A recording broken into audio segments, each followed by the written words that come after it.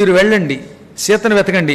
సర్వథా క్రియతాం యత్నః సీతాం అధిగమిష్యథ పక్షలాభో మమాయం వహ సిద్ధి ప్రత్యయకారకః.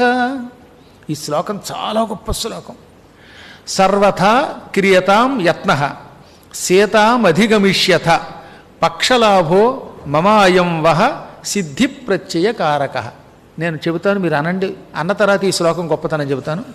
చెప్పండి. సర్వథా క్రియతాం యత్నః సీతాం అధిగమిష్యథ పక్షలాభో మమాయం వహ సిద్ధి ప్రత్యయకారకః. ముందు దీని అర్థం తెలుసుకుందాం. మీరంతా కష్టపడి సీతను వెతకండి. అన్ని రకములుగా మీ ప్రయత్నం మీరు చెయ్యండి. సీత కోసం మీ ప్రయత్నాలన్నీ చెయ్యండి. సీతని చూచి తీరుతారు. సీతాం అధిగమిష్యత అంటే సీత యొక్క జాడ తెలుస్తుంది. మీరు సీతని పట్టుకోగలుగుతారు. కారణం, నాకు ఇవాళ పక్షలాభ, రెక్కలు వచ్చాయి. మమ అయం పక్షలాభ, నాకు ఈ రెక్కల లాభం అనే లాభం కలిగింది. ఎందుకు కలిగింది?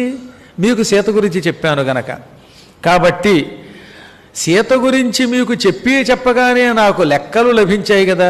సీత గురించి మీకు చెప్పగానే నా రెక్కలు నాకు వచ్చాయి, నాకు లాభం కలిగింది. అలాగే మీ కార్యం కూడా సిద్ధించినట్టే. ఇక మీకు కార్యసిద్ధి అయిపోయింది. నాకు రెక్కలు రావడం మీకు పని తీరుతుంది అని సూచిస్తోంది. ఇది అద్భుతమైన మంత్రం. స సి ప వహ అనే 4 అద్భుతమైన బీజములు ఇందులో పెట్టారు.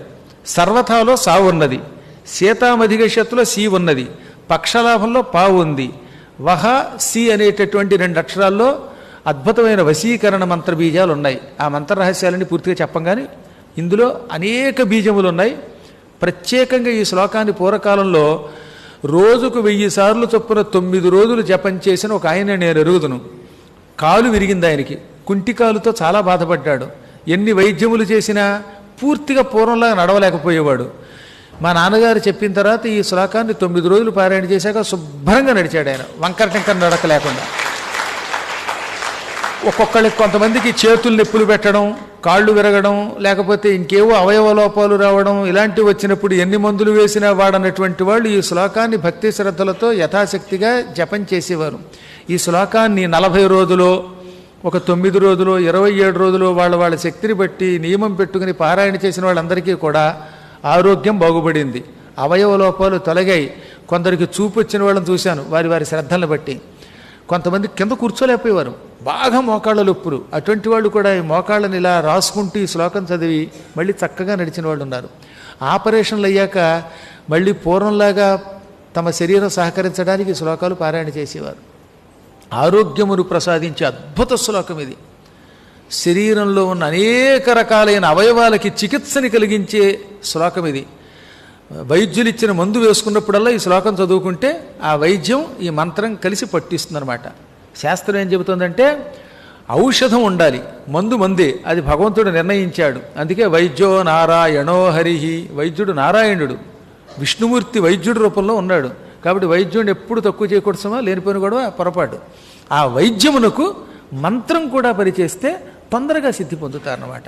కొన్ని మందులు పట్టివ్వాలంటే ఈ శ్లోకం చదువుకోవాలి. అందుకని పూర్వకాలంలో కిష్కింధాకాండలో 63వ సర్గములో ఈ 12వ శ్లోకం ఉంది. దీన్ని చదువుకునేవారన్నమాట. ఎందులో ఉంది? కిష్కింధాకాండ 63వ సర్గ, శ్లోకం 12. ఇవాళ తారీఖు 12.